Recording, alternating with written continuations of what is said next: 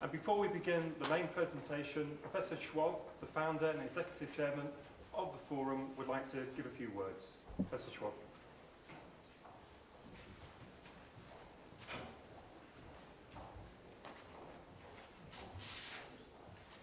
Good evening. I am very happy to welcome you here at the headquarters of the World Economic Forum for a special event which has nearly become a tradition. We are presenting to you today the Global Information Technology Report 2008-2009. And I have to say, in this era of financial and economic global crisis, to talk about competitiveness, particularly competitiveness based on the information technology infrastructure, is even more important than compared to normal years, because I'm deeply convinced that when we come out of the crisis, that those countries, that those companies who continue to invest into the infrastructure, in the IT infrastructure, will have turned this crisis much more into an opportunity. It's a world, as you know, it's a world the most comprehensive and authoritative international assessment of the impact of ICT on the development process and the competitiveness of nations. And I'm very glad to say that this year we were able to integrate 134 different economies into the report. I would like to also mention that this report is a very good example of partnership and cooperation, partnership with INSEAD,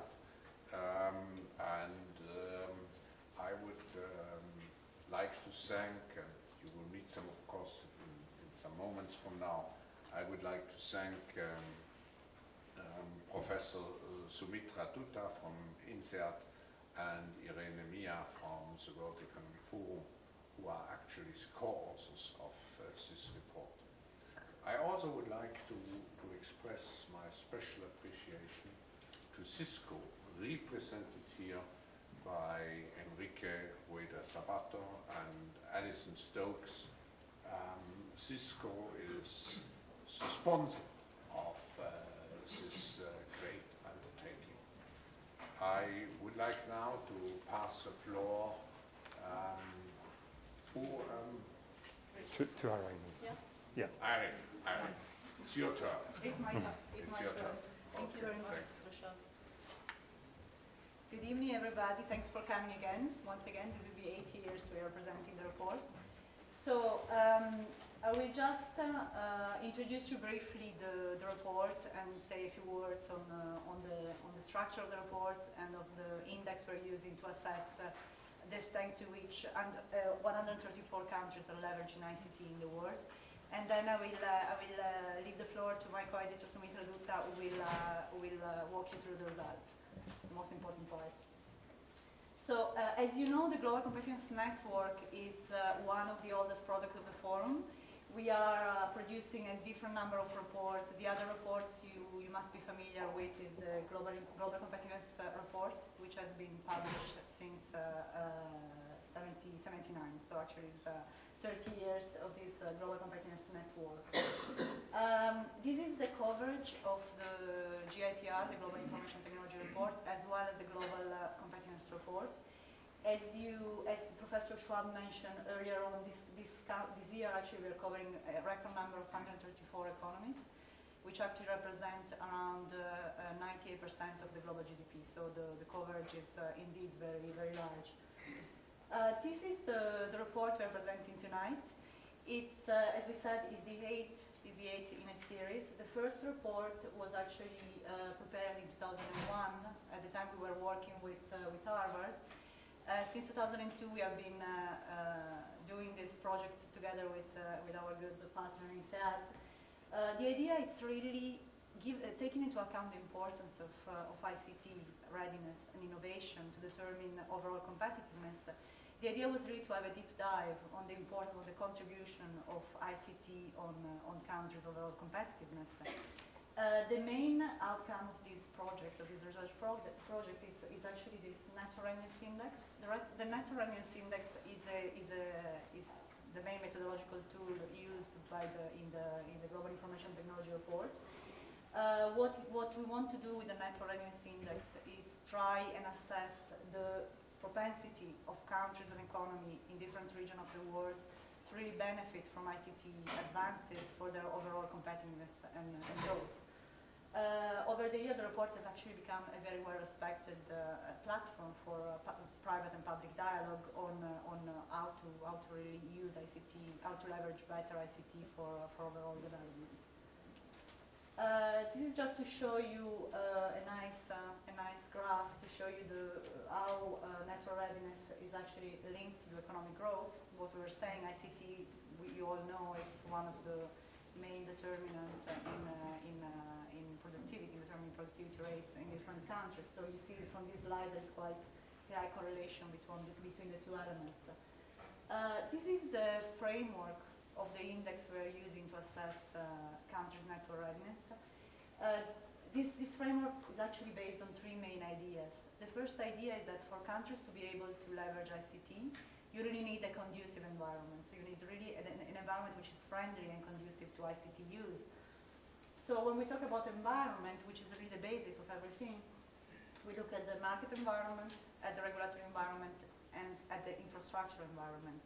For infrastructure, we look both at the hard infrastructure, number of telephone lines, these kind of more quantifiable elements, as well as human resources, because we all know education and human resources, especially in math and science, is really the basis to generate innovation and to have an environment which is conducive to innovation, absorption of innovation and innovation itself.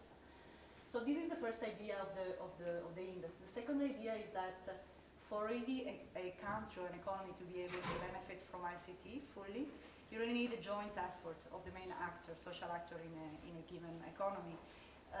So, I mean, it's not, of course, the government normally has a leading role in really promote the diffusion of ICT and really moving ICT to the center of the national agenda.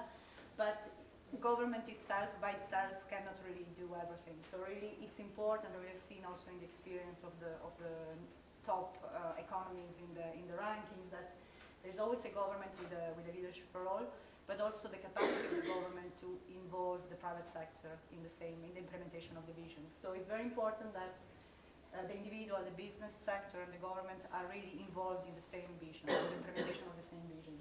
And the third element on which this index is based, it's really the fact that the usage of ICT, the actual use of ICT, depend on the readiness of the three different stakeholders. There, for readiness, we mean the preparation, and there it's very important education, the ICT literacy for individuals, for instance, or a vision for government usage. So this is basically the idea on which the index is based. As you see, the index is quite simple. It's an index which is based on three sub-indexes: environment, readiness, and usage. In the environment, we are assessing all those elements I was telling you about, so the market environment, the political and regulatory environment, and the infrastructure environment. And then we are actually assessing the readiness and usage of the three main social actors we have mentioned earlier on. In terms of data, I didn't say, we use a total of 68 variables. And in terms of data, as I think you are already familiar with our other reports, what we do for this type of reports, we use a combination of different type of data.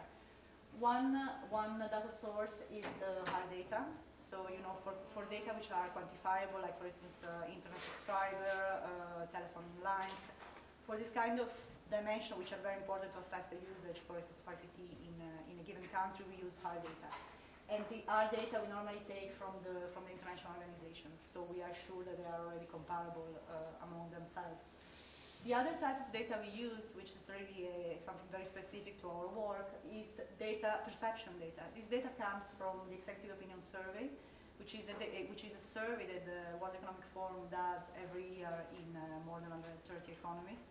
What we do in this survey, we actually survey business leaders in each country about their perception of different dimensions of the business environment, among which also ICT, the vision for ICT of the government.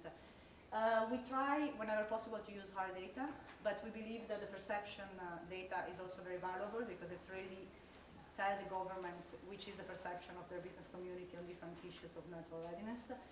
And also, in many cases, you don't have hard data for dimensions which are important to assess network readiness. For instance, if you think about the quality of education, for instance, there is no real hard data for that because it's more qualitative in nature. So in that case, we use the survey data.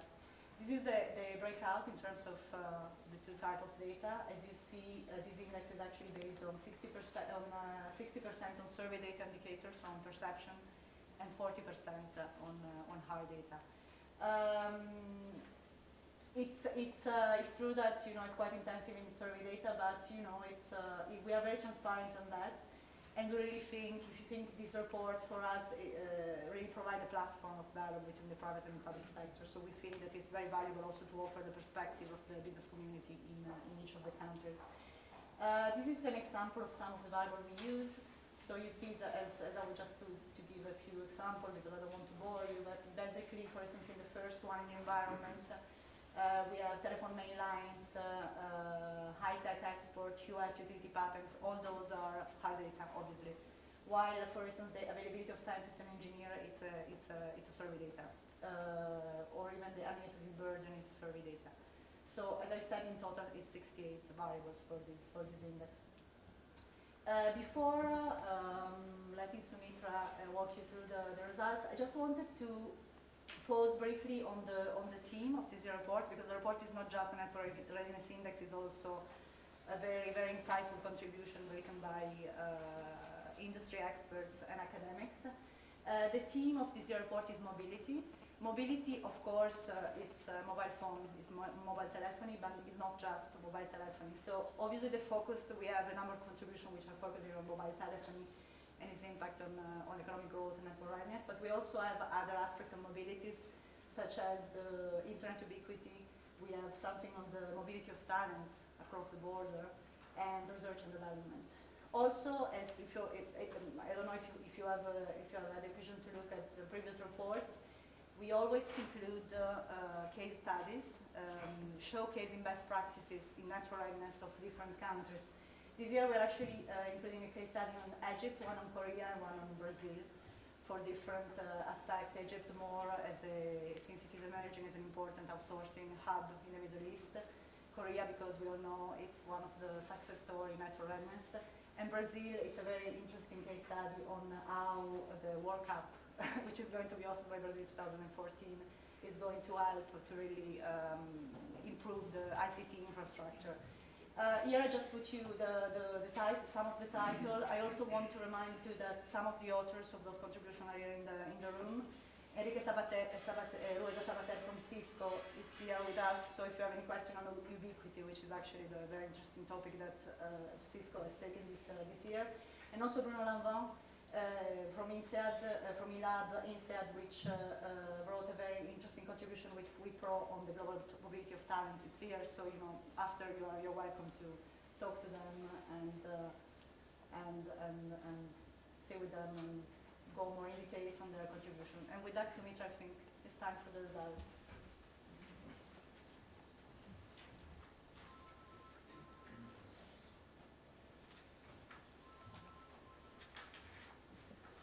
Well, good evening, everyone, and thank you very much, Irene. So before I talk about the results from this year, let me just step back a little bit, because I've had the good fortune to be able to be associated with the project for a number of years, and remind ourselves of why did we start this project. And if you go back to the late 90s, there was a lot of excitement around technology, and there were a number of stories around technology and development, and how technology was used by this village in Africa or by this group of farmers in India and so on. A lot of anecdotes about technology were prevalent. And at the same time, there were serious questions being asked about, can we provide some data, some numerical evidence to provide some substance to the belief that technology can help development? And because there was no good such similar study available in literature with the World Economic Forum, we decided to start this project looking at data collection and analysis linked to technology and development. And the end result really is this product today, the Global IT Report, which I'm very pleased to say, as Irene mentioned, Professor Schwab mentioned, has evolved into the leading benchmark on technology and competitiveness today. And as a result of that, today we are able to identify a number of interesting results about how technology can be used for enhancing the competitive position of countries, about some policies that essentially help countries who leverage technology more effectively inside the countries, and so on. Now, each year we do come up with the results, and of course the results, like any one of these rankings, do create some excitement and some, sort of positive news and sometimes not so positive news about, countries rising and countries falling and so on. But I think what is important is to keep the results in perspective. So I think what is important is to look at the evolution of results over time, and we'll come to that data in a second, to look at which countries have moved up, why have they moved up, which countries are perhaps falling behind, why they're falling behind, to look at which countries are consistently at the top and why do they stay at the top. So if you look at some of these aspects in the current results, on the left-hand side of the screen you have the top, let's say, a lot of the top countries represented out there. And what you see is, in the top 10, there's a very strong predominance of the Scandinavian countries. Now, this is not a surprise. This is something which we have seen over the last few years. And to a large degree, the reasons why they continue to dominate at the top are linked to some of the environmental conditions that Irene mentioned earlier. A lot of these countries have pretty strong investments in human capital.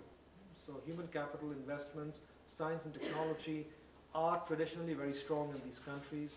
They also tend to benefit from fairly strong leadership at the top in these economies, focusing on science and technology. So many of these countries have science technology councils that effectively coordinate the various activities in these economies around science and technology. And of course, they benefit from a number of other associated factors. Now, in the top 10, you also have one large country, which is the United States of America. Most other countries tend to be of the smaller size. And the US stands out as being, let's say, one of the biggest countries in the top 10. And that again is linked to some of the unique characteristics of the US. Now, we all know the US is going through some kind of economic crisis, and national industry and some kind of challenges out there. But at the same time, let's not forget the US has tremendous strengths in attracting talent, has got tremendous strengths in a VC, active VC industry, has an enormously successful track record in creating technology companies, and a lot of these things will help it in the future as it seeks to come out of the crisis over the next couple of months.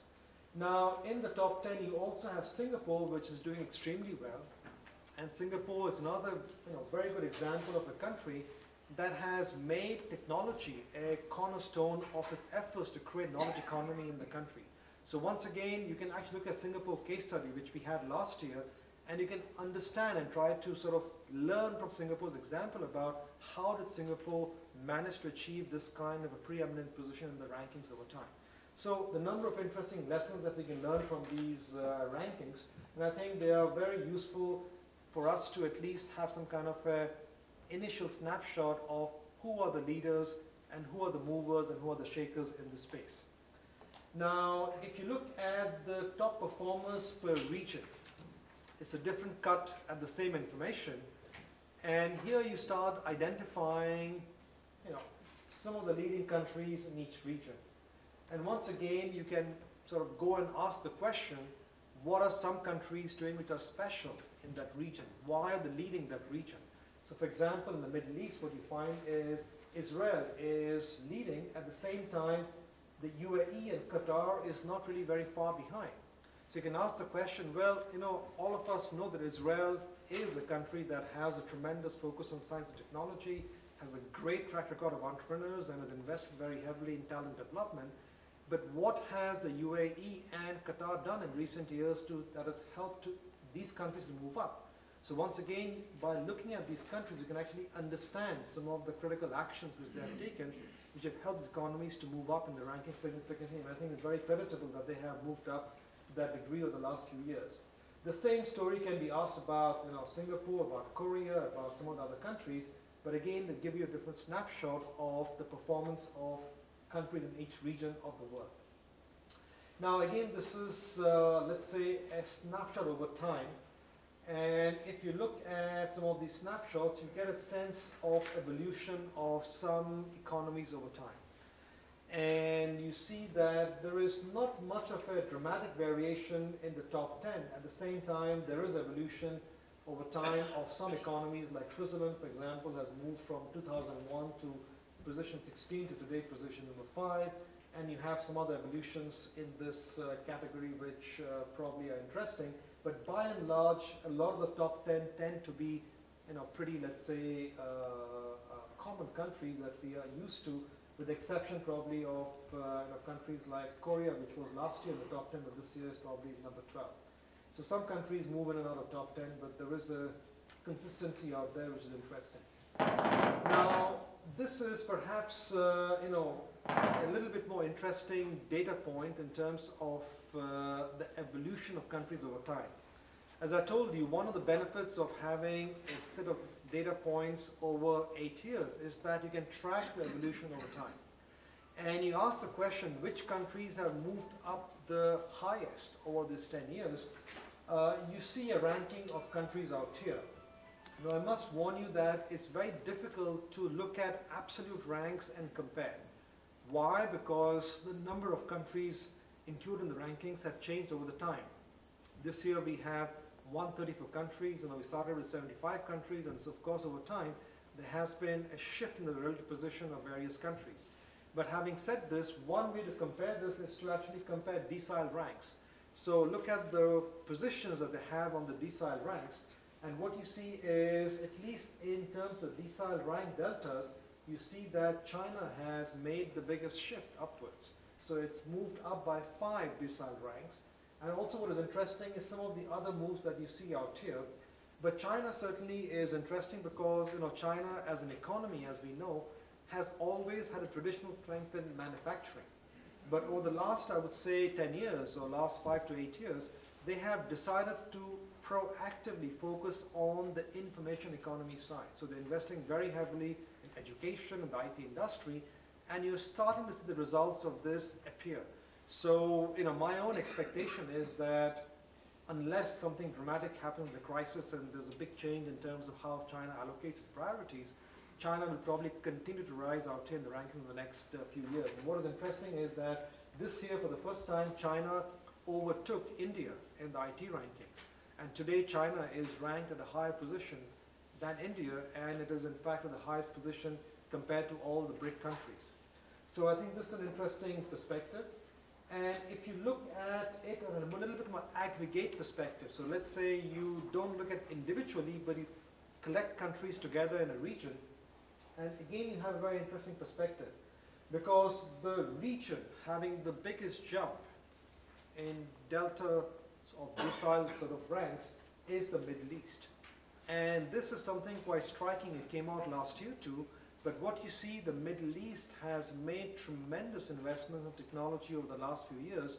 And I think it's fair to say that for those of you who have visited the region quite recently, it's an important element of the strategic development of the region and most of the economies in that part of the world.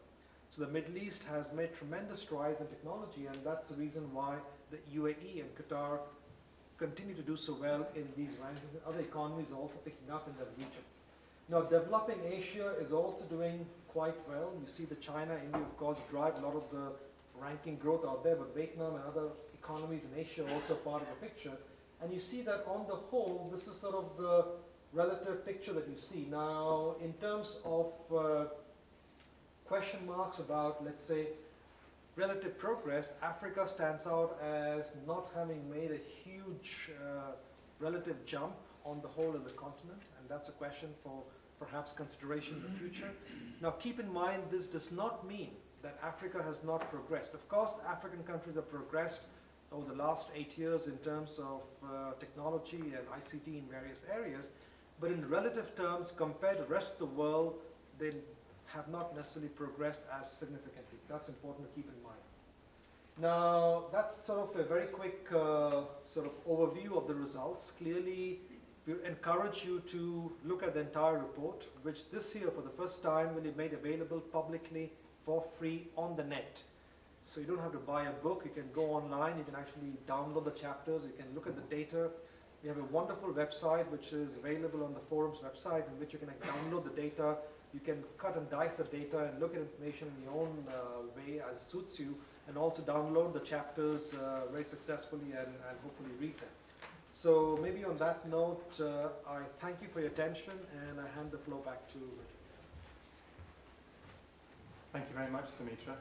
And just before we go over to the question and answer session, we're going to hear from Enrique Roada Sabater, who's the Director of Emerging Markets from Cisco Systems, who have sponsored this year's report. So Enrique, if you'd like to come up and say a few words. Thank you very much. Thank you for this great partnership, as Professor Schwab mentioned. Every year we are happier that this is being done together with the World Economic Forum and INSEAD. It seems to me, I'm going to be very short because I think you will have probably a lot of questions for the editors of the report, but 3 very quick points. One, I think we have a sense that there has been a lot of foresight in this work. As Professor Dutta said before, when this was started, it was the beginning of a notion that technology and maybe the internet was going to go somewhere very powerful. We believe strongly we are now at the beginning of the second wave of huge impact of the internet that is going to change the world even more than the first wave. And in that context, I think a tool like the NRI is an invaluable tool as countries and companies and all kinds of institutions think about how you position yourself. I agree completely with Professor Schwab that this is a crisis that is going to change the world in terms of economic structure, and we know that it's going to change towards a knowledge economy, and that the underpinning of the knowledge economy, the infrastructure of the knowledge economy is networks, is broadband. And you need a tool like the NRI and all the wealth of information that is behind it to understand where do you stand today as a country and how to chart a course forward. As you will see hopefully in our chapter, we believe that there's such wealth of material that is well worth deconstructing and putting it to use in different ways, diagnostic and prescriptive, and we look forward to engaging with a lot of countries that come to us asking for ideas on how to chart that course forward, and continue to use this material to serve that common purpose and to hopefully turn it into an engine of growth, and from a very gloomy situation of the world economy today, start looking at the future and looking at a very rich future, kind of supported by information technology. So thank you very much again to everybody. Thank you, Enrique. So now we'll turn to the question and answer session. If I can ask Irene and Soumitra to come up, so you can be on mic. That's great. So if you could say where you're from and wait for the microphone. Lucy has the microphone and she will find you. So if you have any questions, please put your hands up.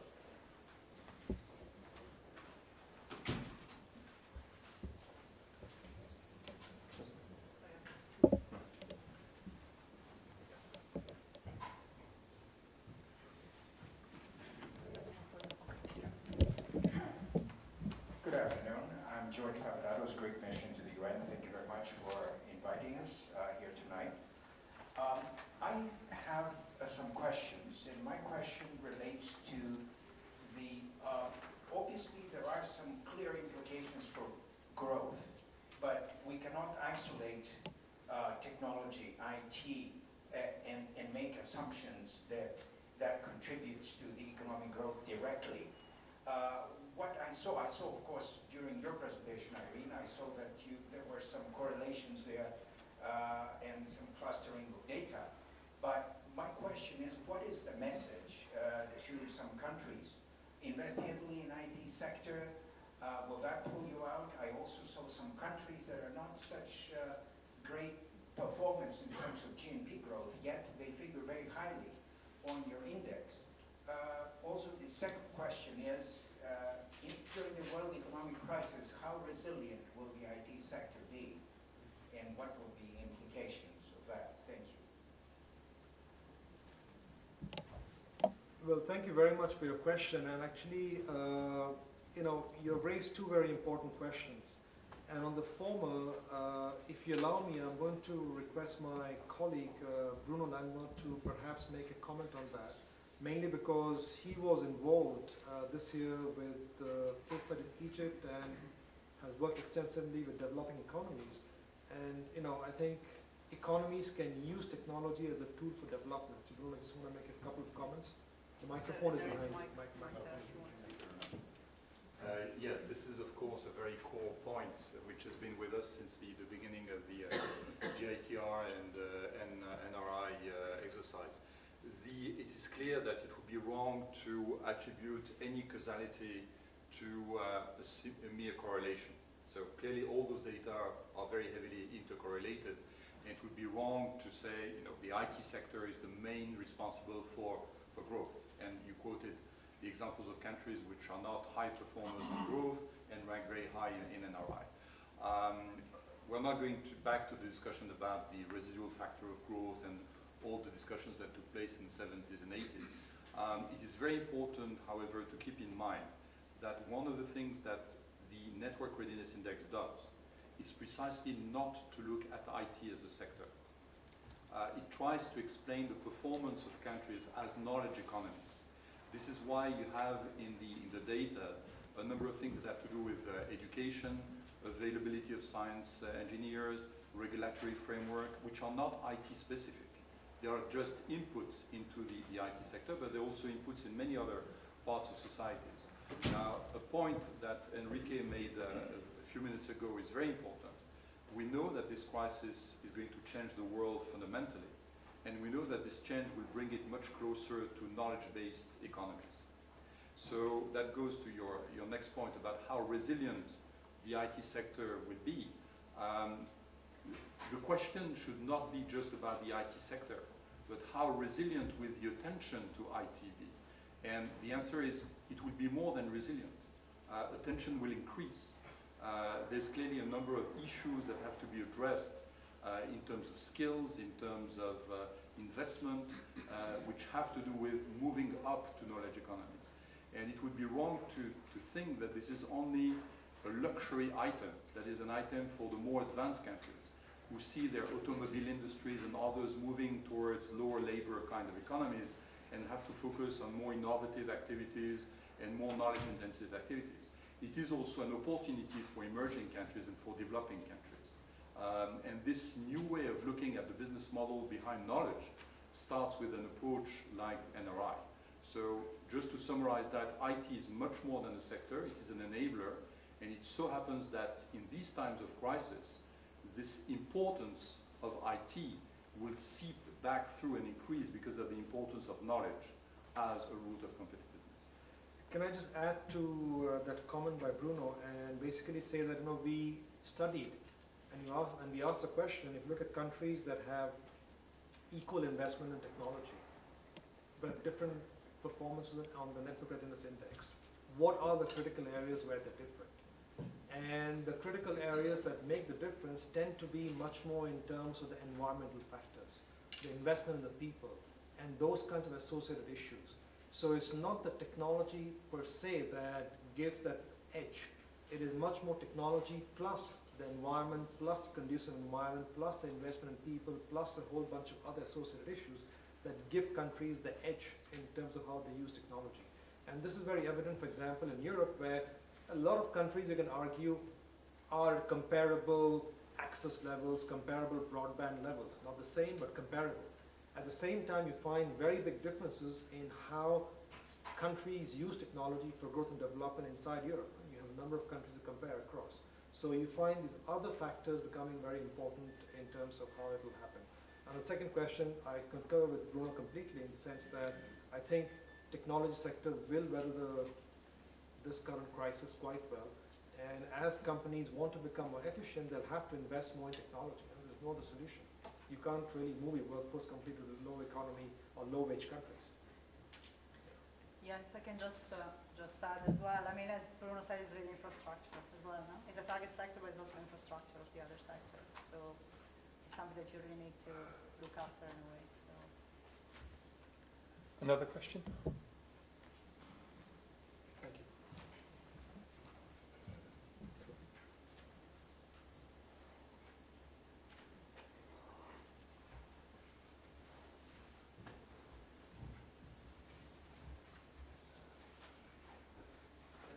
Good evening. My name is I'm from Brazil.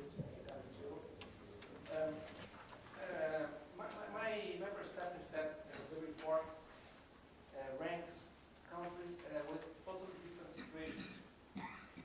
For instance, you cannot compare the specific situation of Brazil with a large developing country. We still have to face huge deficits in terms of education and in terms of infrastructure. And